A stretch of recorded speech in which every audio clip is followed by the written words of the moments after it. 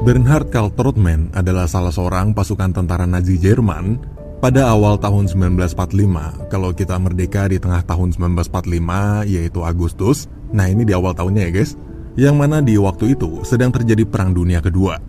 Di situ Trautmann bersama para pasukan tentara Jerman lainnya sedang menyusuri sebuah wilayah hutan bernama Cliff yang berlokasi di Jerman.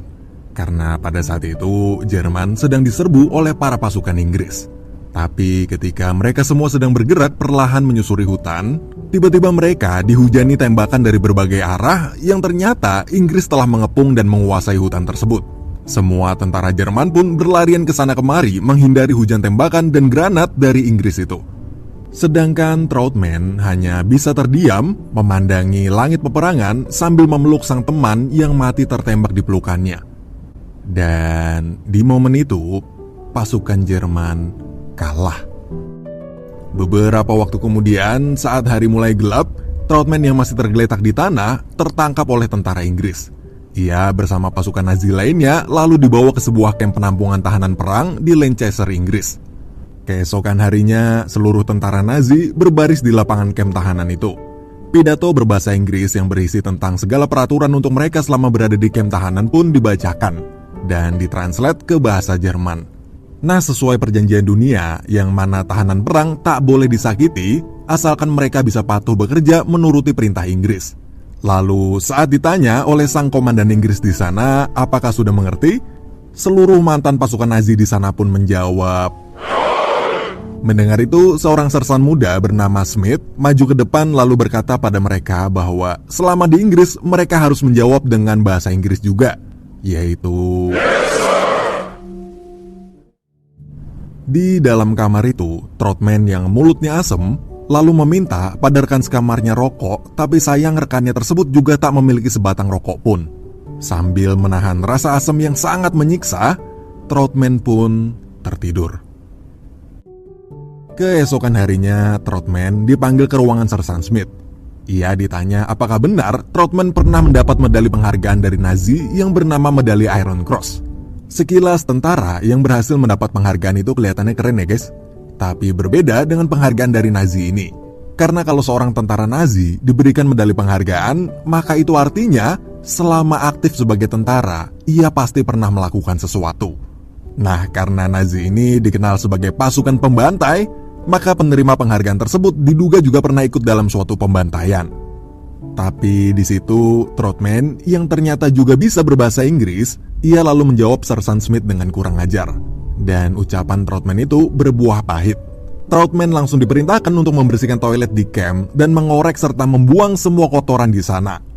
Saat mendorong gerobak berisi tumpukan kotoran, di luar ia melihat para tahanan Jerman lain yang sedang bermain bola di lapangan camp.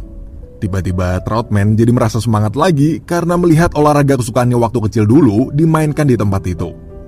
Kemudian siang harinya saat Trautmann sedang beristirahat di kamar camp, ia punya sebuah rencana untuk mendapatkan rokok. Ia mengajak rekannya untuk mengadakan sebuah adu penalti dengan orang-orang yang sedang bermain bola di luar itu, dan taruhannya kalau ada yang berhasil menjebol gawang Trautmann, maka mereka akan mendapat rokok. Sedangkan kalau Trautmann berhasil menepis tendangan mereka, maka mereka harus memberikan rokok pada Trautmann. Dengan pedenya, Trautmann berani mengatakan itu walaupun ia sama sekali tak memiliki sebatang rokok pun kalau kalah. Lalu, adu penalti pun dimulai. Tapi saat sedang bersiap-siap di gawang, perhatian Trautmann teralihkan oleh wanita cantik bersama ayahnya yang turun dari mobil di pinggir lapangan. Wanita itu kemudian bersender di mobil menunggu sang ayah yang masuk ke kantor untuk bertransaksi dengan salah satu kepala kamp tahanan di sana. Trautmann akhirnya berusaha fokus lagi. Tak lama kemudian, tendangan demi tendangan penalti pun ditepis sama si Trautmann hingga tak ada satu bola pun yang berhasil masuk. Berkali-kali orang-orang di situ mencoba menjebol gawang, tapi Trautmann selalu berhasil menangkap. Dan rokok demi rokok pun berhasil ia dapatkan bersama dengan temannya. Di dalam kantor, ayah wanita cantik tadi yang bernama Jack Frear nggak sengaja menyaksikan kemampuan Trautmann menangkap dan menepis bola di adu penalti itu. Jack ini adalah seorang pedagang yang ternyata juga memiliki sebuah klub sepak bola kecil. Dan melihat Trautmann, Jack di situ kagum lalu berkata bahwa Trautmann punya potensi untuk menjadi seorang kiper. Tak lama kemudian, Sersan Smith datang menyambut Jack. Sedangkan di luar kantor, putri Jack yang bernama Margaret tiba-tiba mendekati Trotman serta cowok-cowok di sana, lalu menawarkan diri untuk menendang bola dan ikut taruhan rokok juga. Saking senangnya karena udah lama tak melihat cewek, seluruh cowok di situ meneriakkan yel-yel untuk menyemangati Margaret. Suara yel-yel itu pun terdengar sampai ke dalam kantor hingga membuat Sersan Smith keluar memarahi mereka semua. Ia lalu mengambil bolanya dan menyuruh mereka bekerja lagi. Margaret juga kembali ke mobil sambil dimarahi sang ayah. Beberapa hari berlalu, di sebuah lapangan, Jack Friar terlihat sedang pusing melihat kemampuan pemain-pemain bola didikannya itu bermain dengan jelek. Timnya si Jack ini bahkan dianggap remeh oleh Roberts, yaitu salah satu pria yang mendanai atau mensponsori turnamen sepak bola yang akan diadakan di Stadion St. Helens beberapa hari lagi. Jack kemudian merasa galau sampai-sampai sore harinya saat ia ingin membeli daging domba untuk stok daging di toko miliknya. Jack malah diledek tukang domba itu dengan berkata kalau kesebelasan Jack bisa menang di pertandingan St. Helens besok, maka ia akan menjual murah dombanya pada Jack. Tapi kalau Jack kalah, maka harga dombanya akan dilipat gandakan. Tekanan demi tekanan dialami Jack hingga ia terpaksa menjalankan rencana spontannya. Pagi hari, Jack buru-buru pergi ke camp lagi dengan membawa sekotak cerutu kesukaan komandan yang lalu dia berikan lewat Sersan Smith. Jack di sini berniat menggunakan cerutu itu demi menyogok Smith agar mengizinkannya meminjam Trotman sebentar untuk menjadi kiper di pertandingan St. Helens hari itu. Setelah cukup lama bernegosiasi, akhirnya Jack berhasil pergi dari camp dengan membawa Trotman sebagai kiper baru itu di mobilnya. Dan disinilah awal kehidupan baru Trotman dimulai. Di sepanjang perjalanan, Jack terus mengingatkan Trotman agar tak bicara sepatah kata pun sambil pura-pura sakit tenggorokan supaya tak ketahuan dari logat gaya bahasanya kalau dia adalah orang Jerman.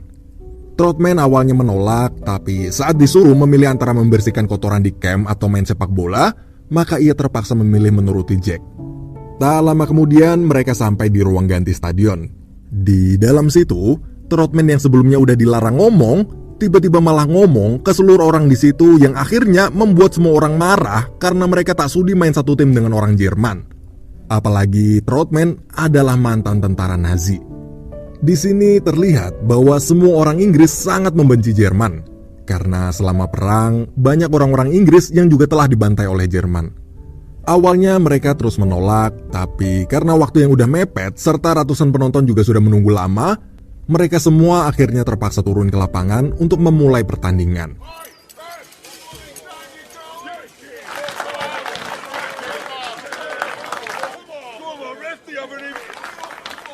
What's going on?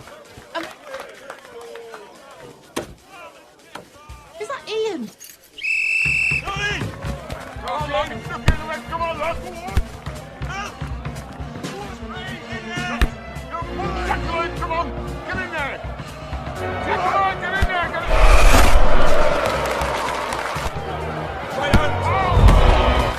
Who's the bloody goalkeeper?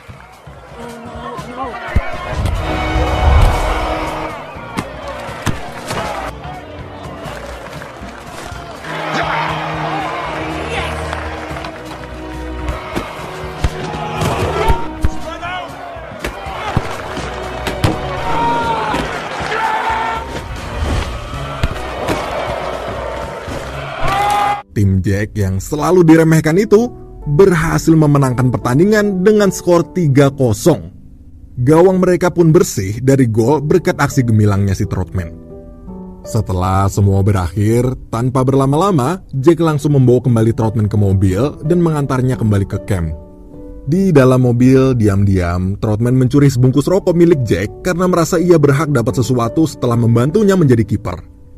Setelah selesai mengantar Trotman, Jack yang mulutnya asem pun mencari-cari di mana rokoknya, tapi nggak ada dimanapun. Saat sampai di rumah, ia tiba-tiba dapat perlakuan tak menyenangkan dari keluarganya. Jack disambut dengan dingin karena telah membawa mantan anak buah Hitler atau mantan pasukan Nazi ke pertandingan tadi. Tapi Jack bukannya menenangkan situasi, ia malah semakin membuat keluarganya kesal dengan memberitahu bahwa Trotman nggak cuma membantu tim bolanya aja, tapi dia juga akan membantu mengelola toko bersama dengan Margaret mulai besok. Esok hari pun tiba, Jack membawa Trotman ke toko kelontong miliknya. Di sini Jack memberitahu Trotman berbagai hal wajib selama bekerja di situ. Tapi di momen itu, Putrinya yaitu Margaret yang juga sebagai pelayan toko menyambutnya dengan dingin. Dari tatapan Margaret, Troutman tahu bahwa Margaret sangat membencinya sebagai mantan pasukan Nazi. Berkali-kali mereka berpapasan, tapi Margaret selalu membuang muka. Hingga suatu saat, waktu mereka berdua bertemu lagi, Troutman langsung berkata, Margaret, I'm not some kind of monster. tetapi Margaret langsung menceritakan alasan kenapa ia sangat membenci Nazi. Ia tak akan bisa melupakan waktu dulu para tentara Nazi membantai dan merampok rakyat Inggris. Bahkan dulu, Margaret pernah berkali-kali gagal latihan dansa karena harus berlindung dari bom di pengungsian saat tentara Nazi menyerang. Troutman lalu berkata kalau ia menjadi tentara Nazi karena tak ada pilihan lain. Seandainya manusia bisa memilih, lebih baik dulu dia memilih berdansa dengan Margaret daripada berada di medan perang. Mendengar itu, Margaret pun terdiam, kemudian masuk kembali ke dalam toko. Troutman lalu merenungkan perkataan Margaret. Tapi saat ia melamun, ia melihat sebuah bola di dalam gudang yang kemudian ditendangnya ke dinding berkali-kali, dan hiburan dadakan itu sekaligus membantunya latihan menangkap bola. Hari demi hari pun berlalu. Senin sampai Jumat, pada siang harinya, Troutman rutin bekerja di toko, sementara hari Sabtu ia bertanding sepak bola. Dan setiap minggunya, tim si Jack selalu memenangkan pertandingan berkat gawang yang selalu bersih dari gol karena kegemilangan Troutman sebagai kiper. Karena sering membantu, keluarga Jack pun semakin akrab dengan Troutman. Troutman bahkan membuatkan enggrang untuk adiknya Margaret. Beberapa bulan kemudian, seluruh tahanan camp dipanggil berkumpul. Di situ Sersan Smith memberitahukan bahwa sekutu telah berhasil memenangkan Perang Dunia Kedua. Bulan tersebut adalah bulan Mei, yang artinya itu adalah 3 bulan sebelum Indonesia merdeka. Para tahanan mantan tentara Jerman di camp itu lalu akan direedukasi. Reedukasi ini adalah sebuah program di mana yang sebelumnya mereka semua dicuci otaknya oleh Hitler, maka mereka akan diedukasi ulang agar sadar bahwa perbuatan mereka selama ini itu salah. Malam itu, Sersan Smith mengadakan acara nobar layar tancap yang dikira seluruh mantan Nazi di sana filmnya nanti adalah film komedi. Tapi saat proyektor dinyalakan, film yang diputar malah sebuah rekaman kekejaman Nazi dulu. Seperti rekaman pembantaian Nazi, mayat-mayat telanjang bulat dilempari dari truk, dan adegan-adegan sadis lainnya. Di momen ini, Troutman tiba-tiba teringat kejadian masa lalu waktu dia masih menjadi tentara Nazi. Dulu ia pernah bertemu dengan seorang anak kecil berbahasa Rusia atau Uni Soviet yang meminta bolanya dikembalikan saat diambil teman sesama tentara Nazinya. Tapi saat bola dikembalikan dan ketika anak kecil tersebut berlari pergi, teman Troutman itu langsung mengarahkan pistol ke anak itu dan langsung menembaknya. Troutman lalu tersadar kembali. Di situ para mantan pasukan Nazi lainnya yang telah sadar kalau perbuatan mereka dulu itu salah, psikologi mereka semua pun terguncang karena rasa menyesal yang teramat dalam karena dulu telah ikut melakukan pembantaian manusia. Keributan pun terjadi karena saling salah menyalahkan satu sama lain. Esok hari, Troutman dan Margaret kembali berbincang di depan toko. Margaret bertanya apa asiknya bermain bola. Troutman lalu menjelaskan bahwa saat dia bermain bola, maka saat itu yang dirasakan Troutman hanyalah masa kini. Tak ada masa lalu ataupun masa depan. Troutman juga bilang kalau bermain bola itu sama asiknya seperti berdansa. Mendengar itu, Margaret pun tersenyum. Lalu keesokan harinya, saat pertandingan bola St. Helens kembali berlangsung, pas lagi sengit-sengitnya, tiba-tiba Troutman malah menari seperti berdansa sambil memegang bola. Ia melakukan itu dengan sengaja sambil menatap Margaret di bangku penonton dan berhasil membuat Margaret tertawa. Namun hari-hari Troutman yang ceria itu seketika berubah menjadi suram. Saat Troutman ingin membersihkan toilet di kamp tahanan, di sana Troutman menemukan sahabat sekamarnya bunuh diri. Troutman pun langsung nekat masuk ke ruangan Sersan Smith. Di sana dia marah karena Smith lah yang telah membuat semua mantan pasukan Nazi psikologinya terguncang hebat karena rasa penyesalan yang teramat dalam hingga membuat sahabatnya bunuh diri. Tapi Troutman lalu langsung diusir keluar ruangan. Namun saat pintu ditutup, Sersan Smith melihat kalung Troutman terjatuh. Dan karena kejadian itu, keesokan harinya Jack mendapat telepon dari kamp tahanan yang mengabarkan bahwa proses reedukasi telah selesai dan seluruh tahanan di kamp akan dipulangkan ke negaranya, termasuk Troutman. Tepat sebelum hari pertandingan bola penentuan, apakah timnya si Jack akan lolos zona degradasi atau enggak minggu depan. Mendengar kabar itu pun, Jack langsung stres. Ia bingung bagaimana caranya menang di pertandingan penentuan tersebut tanpa si Troutman. Begitu juga dengan Margaret. Ia yang kini mulai menyukai Troutman, tiba-tiba Troutman akan pergi meninggalkan Margaret. Lalu siang itu, di dalam toko saat di luar hujan lebat, Margaret terlihat sangat galau sambil memikirkan bagaimana bila dia tak bisa lagi bertemu dengan Troutman selamanya. Tapi adik Margaret yang sedang asik bermain enggrang buatan Troutman di luar, tiba-tiba berteriak senang karena melihat Troutman datang kembali. Ketika tahu pria yang disukainya itu muncul, Margaret pun langsung akting pura-pura bersikap biasa, padahal dalam hati dia kangen banget sama Troutman. Setelah itu, Troutman langsung berkumpul di meja makan keluarga Jack.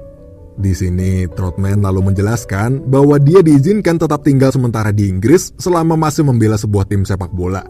Karena di Inggris, sepak bola bisa dibilang adalah jantungnya rakyat Inggris. Di momen makan bersama, saling bercanda dan suasana keluarga yang penuh dengan kehangatan itu, Troutman satu sisi merasa bahagia karena ia baru pertama kali merasakan kasih sayang keluarga. Tapi di sisi lain, Troutman merasa tak pantas ketika mengingat masa lalunya yang adalah seorang mantan pasukan Nazi. Namun, mulai sekarang, untuk sementara Troutman diizinkan menginap di rumah Jack. Dan yap, tibalah hari di mana mereka kembali beraksi. Pertandingan ini adalah pertandingan musim terakhir yang juga merupakan pertandingan terakhir bagi Troutman sebelum pulang ke Jerman. Ternyata, pertandingan itu pun ditonton oleh Jock Thomson, yaitu seorang manajer dari klub besar bernama Manchester City. Setelah pertandingan yang sengit, mereka akhirnya berhasil memenangkan pertandingan terakhir mereka itu. Tapi di situ, Jock Thomson diam-diam berbicara dengan Troutman yang kagum dengan penampilannya dan meminta Troutman untuk bergabung sebagai kiper di klub Manchester City. Malam hari, orang-orang mengadakan pesta kemenangan di sebuah bar. Troutman di situ akhirnya dapat kesempatan buat ngajak Margaret berdansa. Dan semenjak itu, cinta di antara keduanya pun berkembang ke arah yang semakin serius. Awalnya ayah Margaret melarang hubungan mereka berdua. Karena walaupun Jack sudah menganggap Troutman seperti anaknya sendiri, tapi ia tetap nggak setuju kalau putrinya menjalin hubungan sama mantan Nazi. Tapi larangan Jack itu nggak ngaruh, karena ujung-ujungnya tuh bocah berdua tetap maksa pacaran. Hingga suatu ketika, Troutman dan Margaret akhirnya menikah.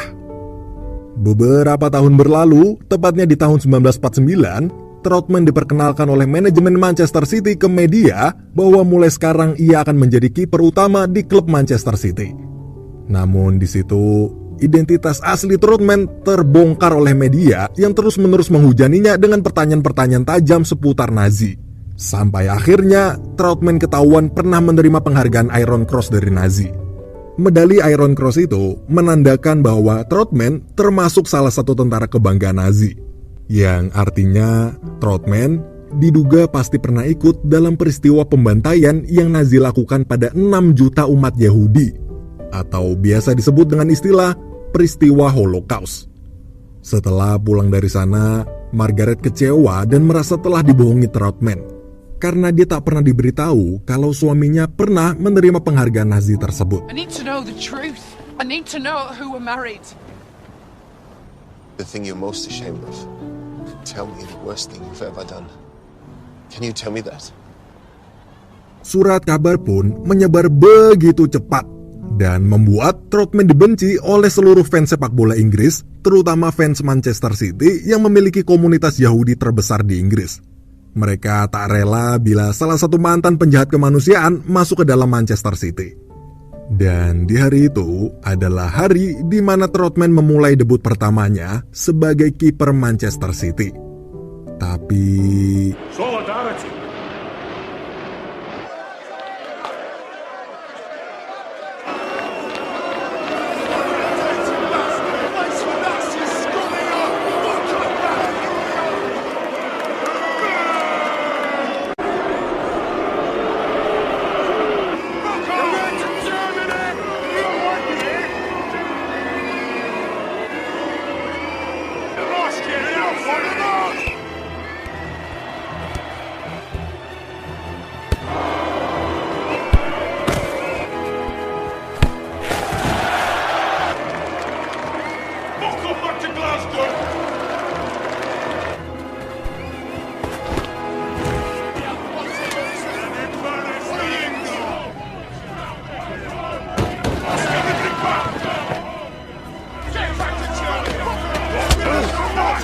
pertandingan itu, keluarga Troutman terus berusaha membela Troutman mati-matian.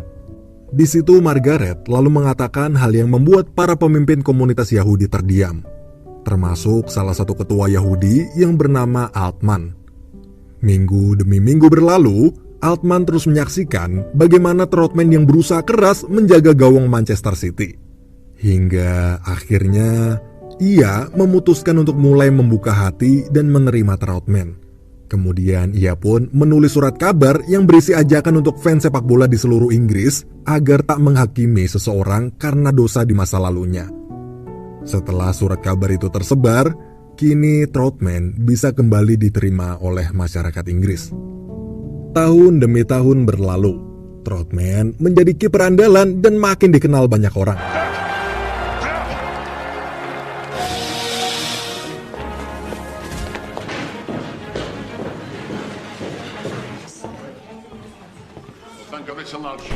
Troutman dan Margaret sekarang telah mempunyai seorang anak. Kemudian pada tahun 1956, untuk pertama kalinya Troutman mengikuti pertandingan paling bergengsi di Inggris, yaitu Piala FA. More than 100,000 spectators Wembley Stadium. Her Majesty the Queen had come with the Duke and Princess Margaret to watch the big match. British Rail laid on 38 specials to bring... There was an ovation for them, of course.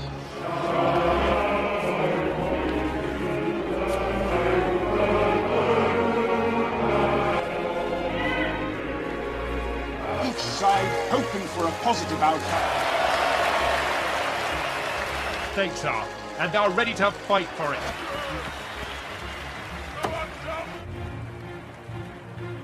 Referee Alf Bond has just blown the kickoff. Roy Clark plays it. He takes a long shot, but straight into Van Troutman's arm. And it's Paul going to take the free kick. Out! Out! And Man City are now finally on the attack. Edge of the box. Back heel to Hayes. He shoots. He scores. This is something completely different to last year when Man City... Already one team's ahead. But passes to Kingsley, takes his chance and scores. Near the ball. Man City were caught sleeping. Birmingham equalised and Man City It's a goal! It's a goal! back.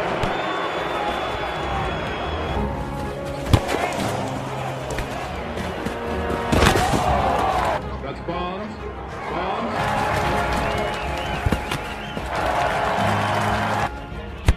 Troutman is going to make a break for it. He scores! Amazing. Just look at the grin on Bobby Johnson's face. Yes. 3-1 to Man City. Great ball by Troutman. What a goalkeeper. Man City fans going wild. Fantastic.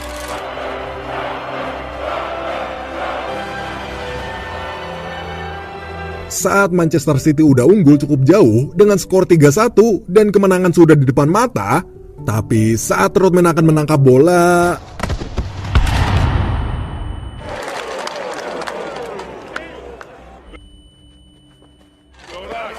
Troutman is down. Need the medic. There seems to be a problem with his neck. Just calling the medic over now.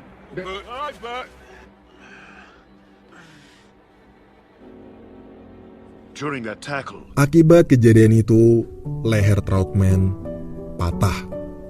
Namun Troutman tetap memaksakan diri untuk terus melanjutkan pertandingan. And the audience gives him the support he deserves. He gives the signal. He is done.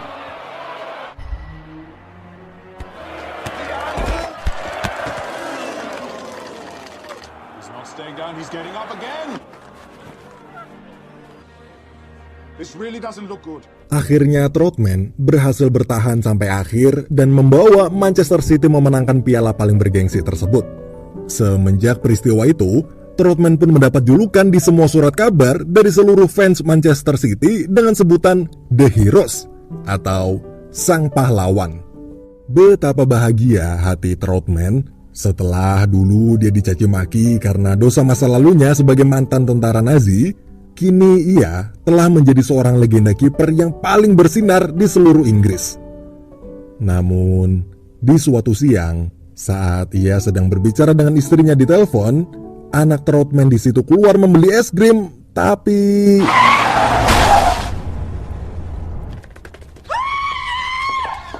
Hello? Margaret? Beberapa hari kemudian, suatu siang, ia kembali bertemu dengan Sersan Smith saat sedang melihat makam anaknya. Di sana, Smith lalu mengembalikan kalung milik Troutman yang dulu terjatuh di ruangannya sambil berkata bahwa Sersan Smith datang ke situ karena makam anak dan istrinya juga dikuburkan di situ. Dulu, anak istrinya menjadi korban saat Jerman membombardir Inggris dalam peperangan. Dan semenjak itu, Troutman pun memutuskan untuk berhenti bermain bola karena masih belum bisa merelakan kepergian sang anak yang terasa begitu pahit untuknya. Ia juga mengatakan pada Margaret kalau kematian anaknya itu adalah karma atau balasan yang ia dapatkan dari dosa-dosanya di masa lalu. Namun Margaret di situ langsung meledak dan marah pada suaminya, hingga membuat Troutman sadar bahwa bagaimanapun juga hidup harus terus berlanjut. Sepahit apapun itu, Margaret akan selalu mendampingi Troutman di sisinya. Setelah itu, tak lama kemudian, Troutman kembali.